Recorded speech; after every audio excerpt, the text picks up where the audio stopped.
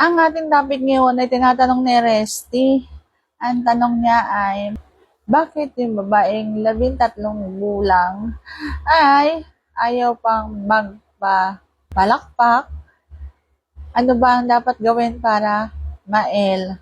So yan ating pag-uusapan for today's video. Interesado ka bang malaman kung nakakasagot? Please keep on watching. Pero bago yan, kung bago ka pa lang sa akin channel, please consider to like this video and subscribe my channel.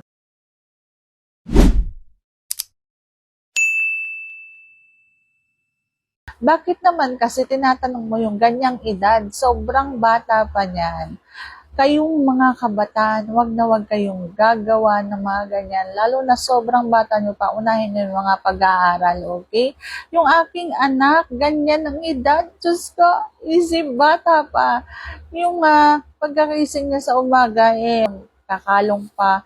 At maglalambing pa. Pero ikaw, naiisip mo na ganyan yung edad ninyo, Diyos ko. So, wag nyo akong aasahan na may magandang kasagutan kapag alam ko nga wala naman kayo sa tamang gulang. So, hindi naman natin masisisi. Siyempre, sumasagot tayo ng mga tanong, kaya may mga ganong tanong. Pero, nandun na lamang yon sa sasagutin ng tama yung kanilang mga katanungan. At sinasabi ko nga sa inyo, kayo ay mga bata pa, magsipag-aral muna. At kapag kayo may narating na, masarap ipagyabang sa buong mundo na may narating ka muna bago ka nakipagpalakpakan. So yan lang ang masasagot for today's video.